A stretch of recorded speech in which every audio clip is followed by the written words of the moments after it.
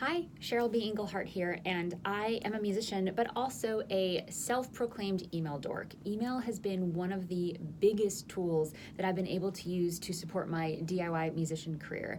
Connecting with my fans authentically and engaging with them over long periods of time has allowed me to build those relationships, to build that trust so that they are fully ready and willing and able to support me in all of the things that I do in my career.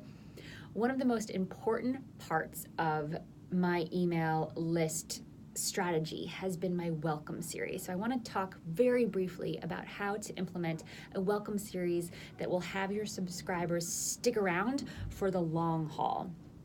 The first email that they get is the most opened email you will ever have. My open rates for my emails, for my first welcome series email, is in the 50s to 60s.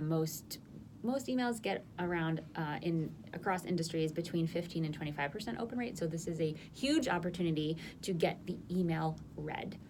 Most of the time when you're getting someone to sign up, it's because you're giving something away for free, maybe a PDF or an MP3 or a checklist or video or something. So if there's something that you're giving to them for free, what you want to do in the very first email is deliver this thing. But you don't want to give it to them right at the top. You want to take this opportunity. So what we want to do in the very first welcome email, when I talk about the series, I'll talk about the other three. I have a series of 4 emails in my welcome series. But for right now, we're going to talk about the first email. You want to praise them. Like, great, you've taken this step to whatever it is that they're doing. So you want to remind them that they just did something really awesome. And then you want to tell them what to do now. So in my email, I say, you're going to want to finish reading this email, and at the bottom, hit the button to go download the thing. You want to put it at the bottom so they have to go through all the things in the email, and maybe they won't read it, but they'll at least skim it and see what you have to offer. You also want to invite them to whitelist your email, so you can explain how to do that. If you use Gmail, then you want to add it to the safe box or whatever it is. There's some nomenclature. You can just Google how to whitelist and tell your subscribers how to make sure that you end up in their inbox, not in their spam folder, and they won't miss any awesome stuff. Then you want to request that they do something besides you know that they're going to go grab the thing that they signed up for, right? The PDF or whatever the thing is you're giving away. That's why they signed up. But if you ask them to do something like follow you on Instagram or click here to watch your most recent video, and they click on that link and then the link works, you're going to gain some trust. It's this very subtle psychological thing that's happening here. When you ask them to do something and they do it, you gain authority, you gain their trust, and they also get to see some content from you and get to know you even better. Chances are when they sign up, they're not necessarily a fan right away, but your content is what's going to turn them into a fan. Maybe they're curious, maybe they heard something, they liked it, but they're not a lifelong fan, most likely. So this is an opportunity to do that. Then the last thing you're going to say is you're going to tell them what to expect. So now that you're here, you're going to get this thing from me. You're also going to get all this other great content. If you have things to sell, let them know that you're going to sell them things. Like, there's going to be opportunities to purchase from me. I'm going to give you all the best deals, blah, blah, blah. Don't be wonky about the fact that you're going to sell to them, so that when you do sell in a couple of weeks or months or whenever you have something to offer them, they're not thinking, oh, wait, what? They're going to be like, oh yeah, she told me she was going to do this. Cool. And maybe they'll be waiting for it. So you just want to tell them what they can expect. Regarding a subject line, you just want to be really clear on this first email, delivering the thing. Yay, you're in. Here's the thing, whatever that thing is that you said. You want to avoid words like free.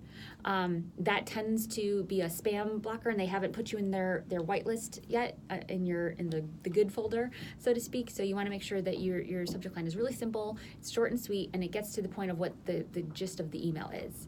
Lastly, you want to keep this sort of short, be as concise as possible in this email, and write as if you're writing to one person. You definitely want to personalize, so if you get a merge tag, meaning when they sign up, they put their first name and their email into the form to get the thing, and then they press submit. So you wanna be able to address them as if they were a friend. And yes, they know that they're on a list. That's totally fine, but they really want to feel like they can connect with you.